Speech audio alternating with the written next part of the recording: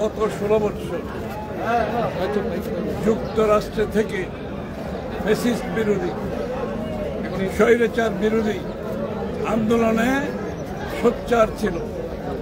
তারা হোয়াইট হাউসের সামনে, তারা ক্যাপিটাল হিলে, তারা ওয়ার্ল্ড ব্যাংকের সামনে স্বৈরাচার শেখ হাসিনার বিরুদ্ধে লড়েছেন, তার সম্মুখীন হয়েছেন, তার সামনে গিয়ে প্রতিবাদ করেছেন, তার সামনে দাঁড়িয়ে স্লোগান দিয়েছেন এবং এদের বিরুদ্ধে দেশের এদের আত্মীয় স্বজন সহ এদের সকলের আত্মীয় স্বজনের বিরুদ্ধে মামলা আছে, এদের পরিবারের বিরুদ্ধে মামলা আছে, এদের অনেকে ব্যবসা হারিয়েছে, চাকরি হারিয়েছে, এদের পরিবারের অনেক লোক জীবনও দিয়েছে।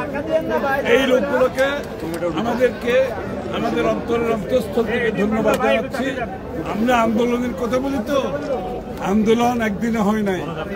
এই আন্দোলন গত 15-16 বছরের কত লোকের যে ত্যাগ শিকার সেটা অনেকে ভুলে যায়। আমরা খালি রিসেন্ট আন্দোলনের কথা বলি তো, গত 15-16 বছর এই লোকগুলো কিন্তু আন্দোলনের বড় অংশ। এদেরকে বাদ দিয়ে কোনো আন্দোলন হয় নাই।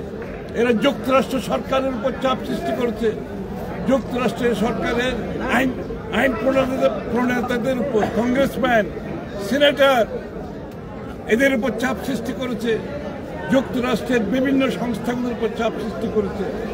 তার ফলশ্রুতিতে এদের পরিবারকে বাংলাদেশে অনেক ক্ষতির সম্মুখীন হতে হয়েছে, কিন্তু ওরা সেখানে থেমে থাকে নাই। এই লোকগুলো 16 বছর দেশে আসতে পারে নাই, তাদের আত্মীয় স্বজনকে দেখতে পারে নাই, তাদের পরিবারকে দেখতে পারে নাই। আজকে এত বছর পরে এই দেশগুলো, এই লোকগুলো আজকে দেশে ফিরতে সক্ষম হয়েছে। তাদেরকে আমরা অভিনন্দন জানাই, স্বাগত জানাই স্বাধীন বাংলাদেশে।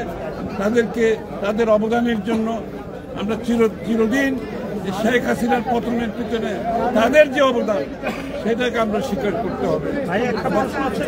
বিভাজন চলছে, অনেক ধরনের দূরত্ব তৈরি হচ্ছে, ম্যাডাম যাওয়ার পরে মাইনাস টুর কথা বলছে, এগুলো আলোচনার বিষয় না।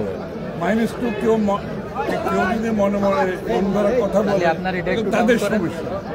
বাংলাদেশ আজকে যেখানে দাঁড়িয়ে আছে, বাংলাদেশ জাতীয়তাবাদী দল আজকে যেখানে দাঁড়িয়েছে, সবচেয়ে জনপ্রিয় দল, সবচেয়ে জনপ্রিয় নেত্রী, সবচেয়ে জনপ্রিয় নেতা তারেক রহমান। বাংলাদেশ তাদের অপেক্ষায় আছে, থাকবে।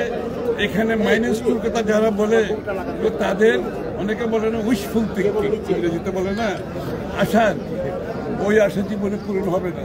ওইটা এরশাদ পারে নাই, ওইটা 111 পারে নাই। আর এখন তো বিএনপি আজকে তার চেয়ে অনেক বেশি